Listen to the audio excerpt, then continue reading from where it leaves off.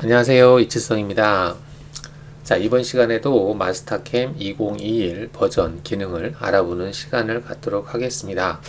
자, 지난 시간에는 그 블렌드 밀에 대해서 살펴보는 시간을 가졌고요. 이번 시간에는 이제 슬롯 밀에 대해서 보도록 하겠습니다. 슬롯 밀은 물론 이제 다른 방법으로도 얼마든지 가능한데요. 형태가 조금 얘는 좀 제한이 있어서 그닥 많이 쓰지는 않을 것 같은데 한번 설명을 보도록 하겠습니다. 자, 슬롯밀. 슬롯밀은 슬롯 형태의 도형. 슬롯이라고 하는 것은 이제 우리가 사각 형태 그리기에서 그 장공 처리처럼 오브라운드 형태, 이 양쪽이 이제 좁은 쪽이 이렇게 알이 져 있는 이러한 형태의 이런 형태만 작업이 가능하다라고 하는 전제 조건이 있습니다. 적합한 가공 경로로서 램프 형태로 가공 경로를 생성한다. 램프는 이제 진입을 할 때 우리가 램프에서 슬롯폭을 주고 램프 진입하는 게 있었죠. 직선 형태인데 이제 폭을 주는 것처럼. 자, 선택한 도형의 윤곽 형태를 따라 램프 절삭 방법으로 진입하여 측벽면 가공 시 처음 시작. 측벽면을 가공할 때 처음 시작은 진입 동작 없이 들어간 후, 측벽면 가공 시 처음 시작은 진입 동작 없이 들어간 후 스텝마다 선택한 공구 반경 크기의 헬릭스 형태로 경로를 생성하여 가공 부하를 줄이는 절삭 방법이다. 좀 말이 복잡한데 일단 경로를 생성해 보면 알겠지만 그 경로와 경로 사이를 원호 형태로 이제 한 바퀴 돌면서 원호 형태로 가고 돌고 다시 여기에서 또 한 바퀴 돌면서 원호 형태로 가고 이 경로 사이를 직선 형태로 가지 않고요. 이렇게 원호 형태로 우리가 고속 가공에서 이런 형태가 좀 있었던 것 같아요. 그런 방법인데 여기 그림이 나와 있긴 하죠. 지금 보면은 이 경로와 경로 사이를 이동할 때 원호 형태를 그리면서 뭐 접근한다 그런 의미입니다. 한번 보죠. 대략적으로 뭐 이렇게 비슷하게 한번 그려봤는데요. 현재 이 R값이 지금 다이나믹 위치 다이나믹이라고 하는 기능이 이 면 찍었을 때 면의 R값이 지금 10이니까 20파이가 되겠네요. R이 10이다 라고 되어 있습니다. 그러면 10파이짜리 10파이짜리 한번 해보죠. 10파이짜리 공구를 가지고 하면은 몇 바퀴 못 돌겠네요. 작네. 그러면 일단은 6파이짜리 평을 한번 해보겠습니다. 가공 경로에서 슬롯이라고 하는 슬롯밀 기능이 있는데 여기서 이제 대상 엣지 부분은 바닥면을 찍어볼까요? 바닥면에 있는 엣지 끝단 부분을 대상 도형으로 선택을 하겠습니다. 자, 대상 도형 선택이 됐고, 그 다음에 공구는 일단은 6평으로 해보겠습니다. 거르기에서 평핸드밀, 뭐 일단 평핸드밀을 하고 6파이짜리 평핸드밀을 하겠습니다. 자, 절삭은 일단은 가공 여유가 들어가 있는데 가공 여유 값은 일단 0으로 하겠습니다. 좀 좁은 것 같아서. 자, 그리고 황삭 뭐 기본값이 되어 있고 재료 상단은 이제 위에 부분 그리고 가공 깊이는 이제 증분으로 0이다 하시면 될 것 같고요. 엣지 부분 바닥 부분을 찍었으니까 확인해 보겠습니다. 자, 그러면 이제 생성된 걸 보면 일단 들어갈 때 램프 형태로 들어가고 있죠. 램프 형태에서 우리가 슬롯폭을 줬을 때처럼 이렇게 램프 형태로 지금 경사지게 들어가고 있습니다. 약간 반투명으로 볼까? 보시면 이렇게 램프 형태로 들어가고 있는 걸 볼 수가 있죠. 램프 형태로 들어가고 맨 마지막에 이제 최종 깊이에서는 최종 깊이에 이제 도달하고 있는데 여기서가 마이너스 20이죠. 마이너스 20인 위치에서 옆으로 갈 때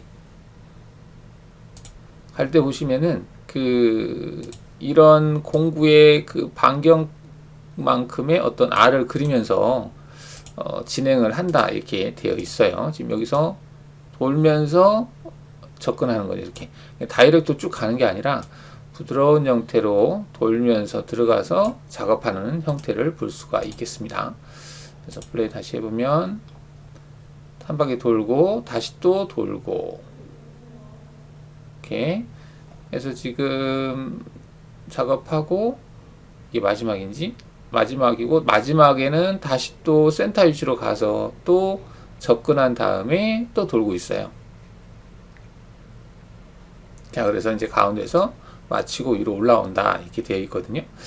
자, 이러한 형태로 작업하는 거예요. 그래서 얘 같은 경우는 이제 슬롯 형태만 가능하기 때문에 조금 제약이 좀 있죠. 그래서 일단 조건을 보면은 이제 뭐 컴퓨터 컨트롤 중복 이런 것들은 뭐 설명이 되어 있는 부분이죠. 이거는 컴퓨터는 그 캠상에서 막캠에서 경로를 생성할 때 공구의 반경을 인식을 해서 절삭 부위를 이제 맞춰주는 거고요.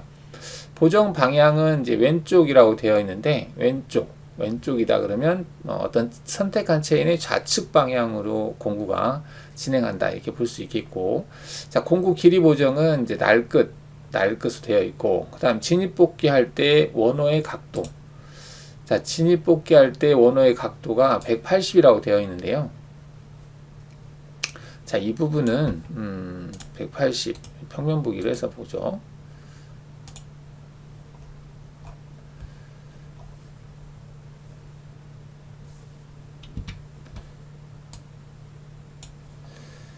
자 여기 처음에 여기에서 이쪽으로 가야 되는 시점에서 바로 가지 않고 이렇게 이 호를 그리는데요. 이 호가 반원이죠. 반원이니까 이 호의 각도가 180도라고 얘기를 하는 것 같습니다. 이렇게 돌고, 그렇죠?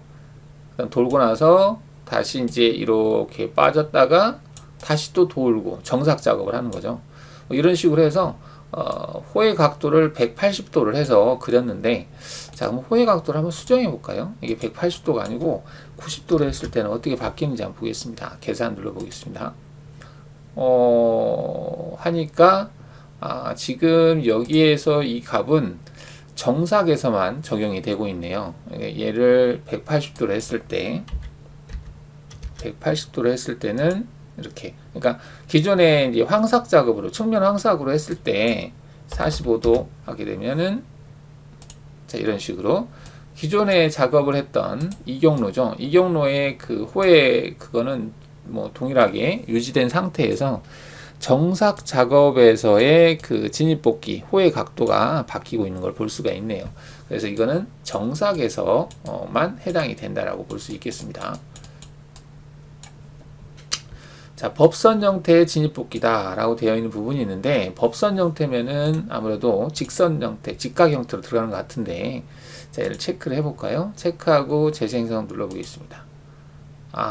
그러면은, 이거는 정삭은 그대로 45도를 이루고 있는데, 황삭이 끝나고 나서, 빠져나올 때, 그리고, 45도 원호가 지금 시작할 때, 그 지점, 에서 지금 직각 형태로, 그러니까 이 부분이 이제 좌측 보정이니까 여기가 이제 시작 위치죠. 그래서 이게 원호 45도라고 하는 이 원호를 그리면서 들어가는데, 접근할 때 가운데서 들어가게 되어 있네요. 접근할 때 이렇게 직각 형태로 들어가는 걸 볼 수 있다 라고 보시면 되겠습니다. 그래서 직각 형태로 들어가서 돌고 나서 다시 원호 형태로 끝나는데, 여기서 또 직각 형태로 빠져나온다. 빠져나오는 위치는 가운데 위치네요. 시작과 끝나는 위치는. 그래서 법선 형태를 체크했을 때는 이런 형태로 되는 거고, 법선 형태를 껐을 때는 중앙으로 가지 않고 여기로 가지 않고 그냥 여기 끝나는 지점에서 바로 갔다가 돌아오게 되어 있네요. 여기까지 가지 않는다. 가지 않고 바로 간다. 일단은 이 법선이라고 하는 부분은 경로가 시작되는 이 부분하고 경로가 끝나는 이 부분에서 직각 형태를 취한다. 그런 의미로 보시면 되겠고요. 자, 그 다음에 오버랩 거리라고 하는 게 있는데, 이 오버랩이라고 하는 것은 아마도 이것도 정사각에서 시작되는 위치가 여기거든요. 그러면 이제 진입을 여기로 해서 들어가고 여기에서 이제 끝나는 형태로 취하고 있는데, 자, 이 지점에서 시작과 끝이 딱 일치한다는 개념이죠.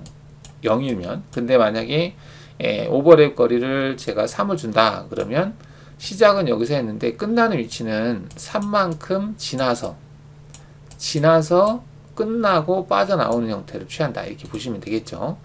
자, 한번 보죠. 지금 같은 경우는 딱 일치해서 끝나는 것 같은데 얘를 3을 주고 재생성을 눌러보겠습니다. 자, 그러면은 지금 여기에서 지금 끝나고 있죠. 여기서 이제 시작은 여기서 했는데 이 거리가 한 3 정도가 겹쳤다, 중복됐다. 전 단계에서 가공을 했던 영역이 3mm 정도가 중복돼서 다시 작업이 됐다, 이렇게 볼 수 있겠죠.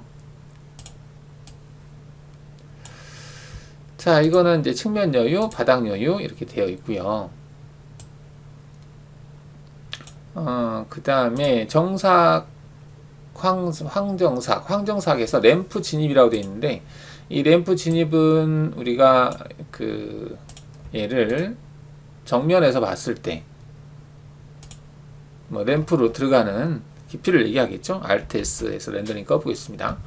자, 그럼 이처럼 이제 램프로 접근할 때 이 경사 각도를 얘기한다라고 볼 수 있겠죠. 그 다음에 헬릭스를 원호로 출력한다. 자, 이 부분은 이렇게 봤을 때는 헬릭스가 있는지 잘 모르지만 이거를 그 평면에서 봤을 때, 평면에서 보시면은 지금 여기 형태, 지금 이렇게 원을 그리면서 이렇게 돌잖아요. 이게 도는데 이 구간이 Z값이 바뀌면서 들어가요. 얘를 돌려보시면은 지금 이렇게 돌아서 지금 여기에서 보시면 이 두 점의 위치 차를 한번 지금 여기서는 안 되고 확인하고, 자, 이 부분이 홈에서 경로 측정해서, 자, 여기 공구가 여기 있을 때가 Z가 마이너스 2.565고요. 쭉 이동을 해요. 하다가 이 지점에 왔을 때는 Z가 마이너스 2.779. 그러니까 여기하고 높이 차이가 있죠. 여기는 565, 여기는 779. 이렇게 해서 각도를 그리면서 내려가는데, 이때 이 원호 형태이긴 하지만, 평면에서 봤을 때는 원호지만 Z값이 바뀌는 원호 형태, 즉 헬리컬 형태란 얘기죠.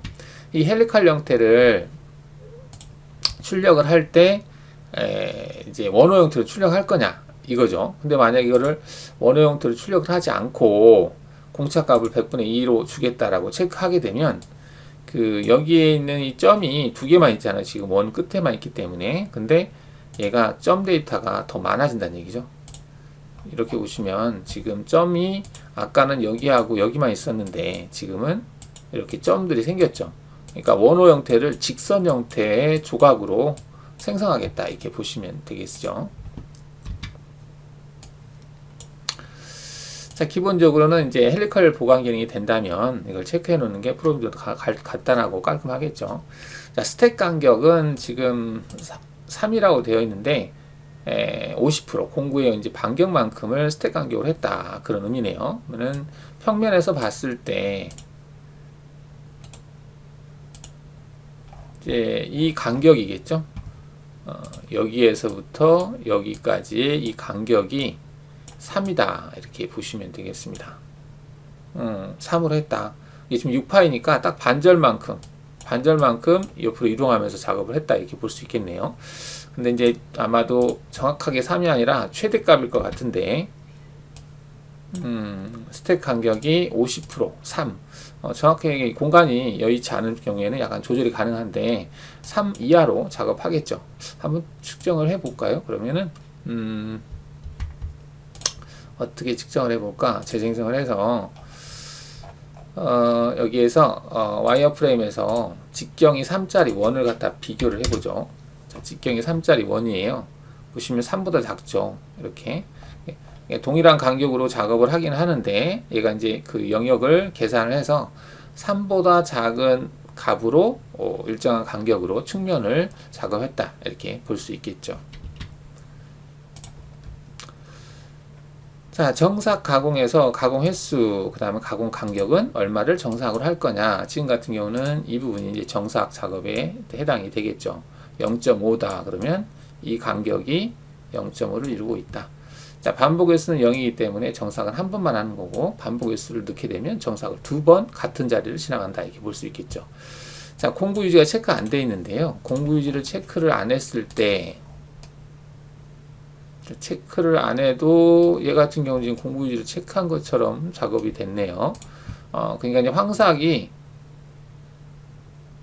이제 여기서 끝나거든요. 끝나고 나서, 이게 이제 황삭이 끝나는 위치인데, 끝나고 나서 바로 옆으로 가서 지금 작업을 하고 있어요. 지금 황삭이 시작하는 지점과 정삭이 시작하는 지점이 같다라고 볼 수 있겠네요. 그래서 지금 바로 옆으로 가고 있는데, 경우에 따라서 이제 황사 끝나는 지점과 정사 끝나는 지점이 같지 않았을 때, 떨어져 있거나 그랬을 때 뭐 공구 유지를 체크하게 되면 그 위치를 유지하면서 이속 높이까지 복귀하지 않고 작업을 한다. 아까 조건에서 이걸 좀 바꿔볼까요? 아까 이게 지금 법선 부분이 45도라고 되어 있는데 45도를 처음 값으로 180도로 하고요. 다시 한번 재생성을 해보겠습니다. 재생성을 했을 때, 자, 지금은, 지금도 그대로 유지되네요. 정삭 작업이, 황삭을 끝내놓고 그대로 유지된 상태로 작업을 하고 있는데, 자, 그럼 법선 형태로 다시 바꿔볼까? 이래도, 그대로 유지되네요. 딱히, 내가 여기를, 유지를 끄고 해볼까요? 끄고, 다시 한번 재생성을 해보죠. 이거나 거의 비슷하네요. 바뀌는 건 없는 것 같은데 법선으로 해서 다시 똑같네요. 딱히 뜨질 않고 있어요. 지금은 이제 황삭을 끝내놓고 정삭을 할 때 이거는 지금 황정삭이니까 측면 가공의 황정삭이라고 봐야 될 것 같네요. 그래서 측면 가공을 할 때 그 슬롯밀 같은 경우는 뜰 일이 별로 없을 것 같아요. 계속 형상을 타고 가기 때문에.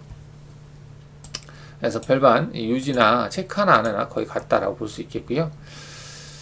깊이 가공은 다른 조건들하고 비슷합니다. 최대 황삭 간격, 그 다음 정삭 횟수, 정삭 간격, 그 다음에 공구 유지 체크하면은 깊이 가공할 때 그 이속 높이까지 뜨지 않고 그 위치에서 바로 내려가겠다는 얘기고요. 서브 프로그램 보조 프로그램 쓰는 거고.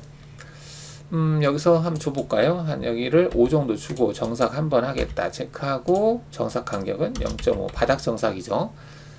그 다음에 이거는 됐고 확인해보죠. 재생성 해보겠습니다.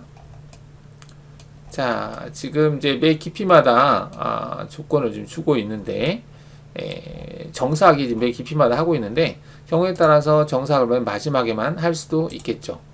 그러면은 정삭을 맨 마지막에 하겠다. 맨 마지막 최종 깊이에서만 정삭 실행 그 내용이 얘는 딱히 안 보이네요. 공구 유지는 이제 깊이 가공에서 공구 유지라고 하는 부분이고 여기에서 이 정삭이라고 하는 부분이 여기에 들어가는데 얘 같은 경우는 최종 깊이에서 정삭 실행이라고 하는 기능이 없네요. 아무래도 이제 이 가공 경로마다의 특징이라고 볼 수 있겠는데 이 슬롯밀은 사실은 이제 티커터 같은 이제 티커터 공구가 이제 이렇게 생겼다라고 보면